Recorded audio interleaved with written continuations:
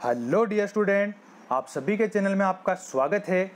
आज अपन साइंस का पहला मॉडल पेपर स्टार्ट कर रहे हैं। इसमें आपके टॉप 30 क्वेश्चन है विज्ञान के, जिसमें शिक्षण वीडियो के क्वेश्चन भी शामिल हैं। इसी क्रम में आपके रेगुलर साइंस के मॉडल पेपर आते रहेंगे और मैं आपको अपडेट करता रहूँगा और साथ ही साथ आपके टॉपिक वाइज क्वेश्चन भी मैं लेकर आऊँगा साइंस के। तो स्टार्ट करते हैं। पहला क्वेश्चन आपके लिए ये रहा आपकी मोबाइल स्क्रीन पर। लाल चने से कौन सा एंजाइम मिलता है? लाल चना जो होता है, इसको अपन लाल चने को अरहर की दाल और तूरी की दाल के नाम से भी जानते हैं। तो लाल चने में कौन सा एंजाइम मिलता है? तो वो मिलता है डाइस्टेस। डी ऑप्शन इसमें राइट होगा। लाल चने से हमें क्या मिलता है? डाइस्टेस एंजाइम मिलता है। दूसरा क्वेश्चन आपकी मोबाइल स्क्रीन पर है। छात्र को आयत तथा वर्ग का अवबोध है। छात्र को आयत तथा वर्ग का अवबोध है यदि वह क्या बता सके? क्या होगा इसमें? आप ध्यान से देखिए। छात्र को आयत तथा वर्ग का अवबोध है यदि वह क्या करेगा? दोनों में समानताएं तथा असमानताएं बता सके। बी ऑप्शन इसमें राइट हो जाएगा। छात्र को आयत तथा वर्ग का अवबोध है यदि वह दोनों में समानताएं और असमानताएं बता सके। अगला क्वेश्चन आपके लिए है, बालक सोचने विचारने के बाद सही निर्णय ले सकता है, यह किस प्रकार के उद्देश्य की प्राप्ति बताता है? बालक जो है सोचने विचारने के बाद ही सही निर्णय ले सकता है, यह किस प्रकार के उद्देश्य की प्राप्ति बताता है? तो कौन सा उद्देश्य है? अभिवृत्ति। ए ऑप्शन इसमें राइट हो जाएगा, अभिवृत्ति। अगला क्वेश्चन आपकी मोबाइल स्क्रीन पर यह रहा, विद्यार्थी गणित में त्रुटि पता लगाकर उसे स्वयं ठीक कर सकते हैं, यह विशिष्टता किस प्राप्य उद्देश्य की है? विद्यार्थी जो है गणित में त्रुटि पता लगाकर उसे स्वयं ठीक कर सकते हैं, यह विशिष्टता किस प्राप्य उद्देश्य की है? तो वो है किसकी है? ज्ञान की। सी ऑप्शन इसमें राइट हो जाएगा, ज्ञानात्मक उद्देश्य। अगला क्वेश्चन आपके लिए है, प्रकाश के अपवर्तन का कारण क्या है? प्रकाश के अपवर्तन का कारण क्या है?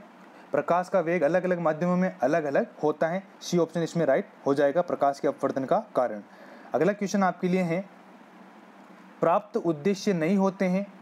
प्राप्त उद्देश्य कैसे नहीं होते हैं? पहले तो विशिष्ट होते हैं, बिल्कुल होते हैं, प्रत्यक्ष होते हैं और मनोवैज्ञानिक आधार लिए हुए होते हैं, जबकि औपचारिक ये नहीं होते हैं। तो डी ऑप्शन इसमें राइट हो जाएगा, औपचारिक नहीं होते हैं।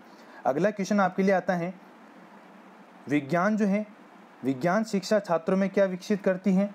बताएंगे आप। विज्ञान शिक्षा छात्रों में विकसित करती है सकारात्मक सोच, आशावादी दृष्टिकोण, काम करने का ढंग और चिंतन की पद्धति। तो कौन सा ऑप्शन इसमें राइट होगा? C option. विज्ञान शिक्षा छात्रों में काम करने का ढंग और चिंतन की पद्धति विकसित करती है। अगला क्वेश्चन आपके लिए है, एंजाइम के प्रोटीन भाग को क्या कहते हैं?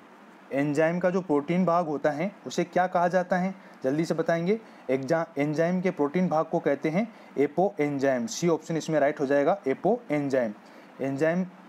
एंजाइम के प्रोटीन भाग को एपो एंजाइम कहा जाता है और एपो एंजाइम की असक्रियता के आधार पर इसे प्रो एंजाइम या जाओमुजन के नाम से भी जाना जाता है। सी ऑप्शन इसमें राइट हो जाएगा। अगला क्वेश्चन आपके लिए आता है, किस ताप पर जल का घनत्व अधिकतम होता है? किस ताप पर जल का घनत्व अधिकतम होता है? तो वो 4 डिग्री सेल्सियस पर जल का घनत्व अधिकतम होता है। ए ऑप्शन इसमें राइट हो जाएगा। अगला क्वेश्चन आपके लिए आता है, शिक्षा की कमियों की पूर्ति के लिए किस आयोग का गठन किया गया था? शिक्षा में जो कमियां हैं उनकी पूर्ति के लिए किस आयोग का गठन किया गया था? जल्दी से बताएंगे। तो वो किया गया था सबसे पहले भारतीय शिक्षा आयोग का गठन शिक्षा की कमियों की पूर्ति के लिए आयोग का गठन किया गया था। बी ऑप्शन इसमें राइट हो जाएगा, भारतीय शिक्षा आयोग।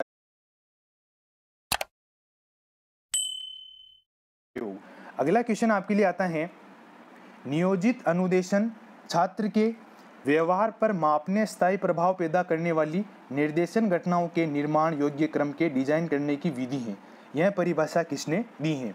अनुदेशन, नियोजित अनुदेशन की परिभाषा किसने दी है? कि नियोजित अनुदेशन छात्र के व्यवहार पर मापने स्थायी प्रभाव पैदा करने वाली निर्देशन घटनाओं के निर्माण योग्य क्रम के डिजाइन करने की विधि है, यह परिभाषा किसने दी है? तो वो दी है डॉक्टर सुशान मार्कल ने। सी ऑप्शन इसमें राइट हो जाएगा, डॉक्टर सुशान मार्कल।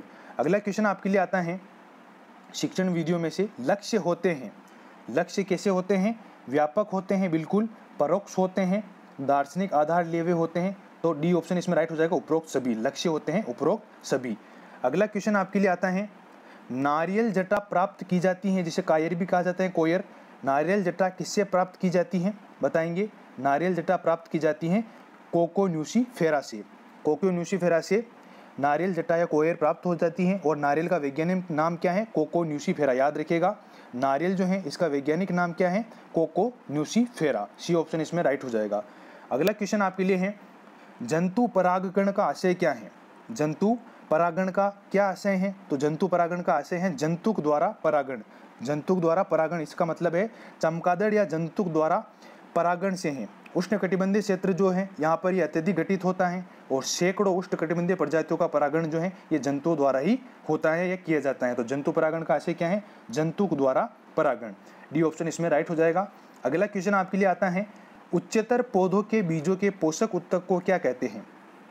उच्चतर पौधों के बीजों के पोषक उत्तक को क्या कहा जाता है? हाइपोकोटाइल, एम्ब्रियो, एंडोस्पर्म या न्यूसेल्स। तो उच्चतर पौधों के बीजों के पोषक उत्तक को कहते हैं एंडोस्पर्म। सी ऑप्शन इसमें राइट हो जाएगा। जो अधिकतर पुष्पीय पौधे होते हैं उनके बीजों में निषेचन के समय एक उत्तक का निर्माण होता है जिसे क्या कहते हैं? एंडोस्पर्म कहते हैं। और भ्रूणपोष, भ्रूण को चारों ओर से घेरे रहता है, ढका हुआ रहता है, जिसमें संग्रहित भोजन होता है जो बीज को पोषण प्रदान करता है। तो इसमें कौन सा ऑप्शन राइट होगा? एंडोस्पर्म।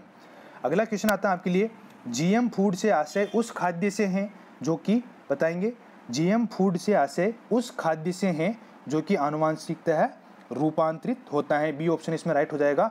जेनेटिकली मॉडिफाइड फूड जो है, इसका जीएम फूड का मतलब है जेनेटिकली मॉडिफाइड फूड से आशय उस खाद्य से हैं जो कि आनुवांशिकतः रूपांतरित या ट्रांसजेनिक है। तो बी ऑप्शन इसमें राइट हो जाएगा। अगला क्वेश्चन आपके लिए आता है, एक समतल दर्पण की फोकस दूरी कितनी होती है? समतल दर्पण की फोकस दूरी आप सभी को आता है, बताएंगे। समतल दर्पण की फोकस दूरी होती है इन्फिनिटी। समतल दर्पण की फोकस दूरी कितनी होती है? अनंत होती है समतल दर्पण की फोकस दूरी। तो सी ऑप्शन इसमें राइट हो जाएगा। अगला क्वेश्चन आता है आपके लिए, प्रोजेक्ट विधि किस पर आधारित है? बताएंगे। प्रोजेक्ट विधि किस पर आधारित है? तो आप सभी को पता है प्रोजेक्ट विधि आधारित है प्रयोजनवाद पर। ए ऑप्शन इसमें राइट हो जाएगा। इसके रचनाकार कौन है? इसके जनक कौन है? जॉन ड्यूवी है। प्रोजेक्ट विधि प्रयोजनवाद पर आधारित है, प्रयोजनवाद के जनक है जॉन ड्यूवी और इसके प्रतिपादक कौन है? किलपेट्रिक। अगला क्वेश्चन आपके लिए आता है, वैज्ञानिक अभिवृत्ति का अर्थ है। वैज्ञानिक अभिवृत्ति का अर्थ है वैज्ञानिक प्रेक्षण की योग्यता, बिल्कुल। अंधविश्वास से मुक्ति, बिल्कुल। स्वस्थ, संतुलित तथा विस्तृत सोच और उपरोक्त सभी। तो डी ऑप्शन इसमें राइट हो जाएगा, उपरोक्त सभी। अगला क्वेश्चन आपके लिए आता है, निम्न में से किस कोशिका द्रवी कोशिकांग को यूकेरियाटिक कोशिकाओं के भीतर प्रोकैरियोटिक कोशिकाएं माना जाता है?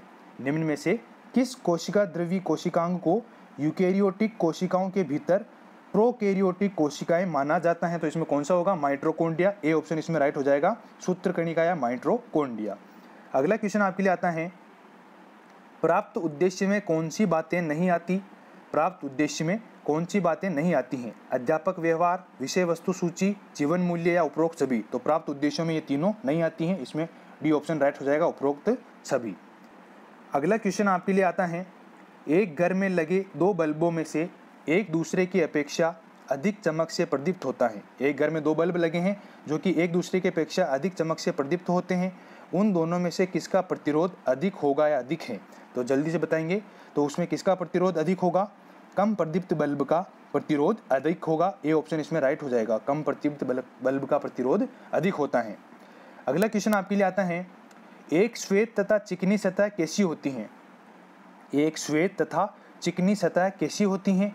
तो कैसी होती है वो ताप की खराब अवशोषक तथा अच्छी परावर्तक होती हैं। एक श्वेत तथा चिकनी सतह जो होती हैं वो ताप की तो खराब अवशोषक होती हैं और तथा अच्छी परावर्तक होती हैं। अगला क्वेश्चन आपके लिए आता है, तांबा कैसा पदार्थ है? तांबा कैसा पदार्थ है? प्रतिचुंबकीय, अनुचुंबकीय, लोह चुंबकीय या अचुंबकीय? तो तांबा जो है ये प्रतिचुंबकीय पदार्थ है। ये ऑप्शन इसमें राइट हो जाएगा। अगला क्वेश्चन आपके लिए आता है, दौड़ का मैदान से क्या अभिप्राय है? ये शिक्षण वीडियो में से है। दौड़ का मैदान से क्या अभिप्राय है? तो दौड़ के मैदान को किससे अभिप्राय क्या है? शिक्षा क्रम से है। ये ऑप्शन इसमें राइट हो जाएगा, दौड़ का मैदान मतलब शिक्षा क्रम। अगला क्वेश्चन आपके लिए आता है, उद्देश्य प्राप्ति की छोटी छोटी क्रियाएं क्या कहलाती हैं? उद्देश्य प्राप्ति की छोटी छोटी क्रियाएं कहलाती हैं, क्या कहलाती हैं? तो उद्देश्य प्राप्ति की छोटी छोटी क्रियाएं कहलाती हैं प्राप्य उद्देश्य। बी ऑप्शन इसमें राइट हो जाएगा। अगला क्वेश्चन आता है आपके लिए, दो धातुओं का सोल्डरन किसके गुण के कारण संभव है?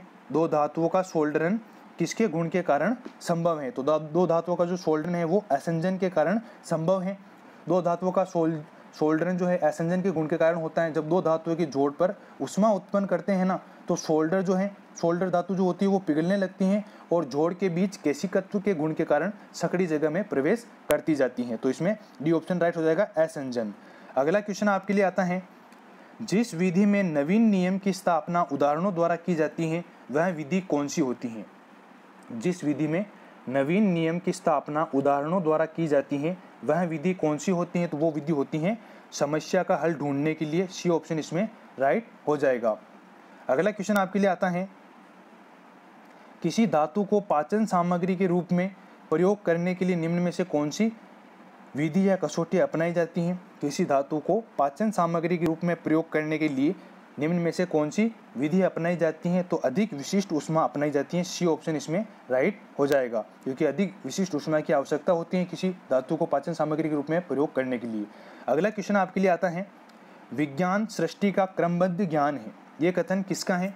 विज्ञान सृष्टि का क्रमबद्ध ज्ञान है, यह कथन किसका है? तो वो कथन है सत्यपाल जी का। सी ऑप्शन इसमें राइट हो जाएगा, सत्यपाल जी का। ये आपका साइंस का मॉडल पेपर फर्स्ट कंप्लीट हो गया है। साइंस के 30 क्वेश्चन। अगला आपको मॉडल पेपर भी जरूर जल्द मिलेगा।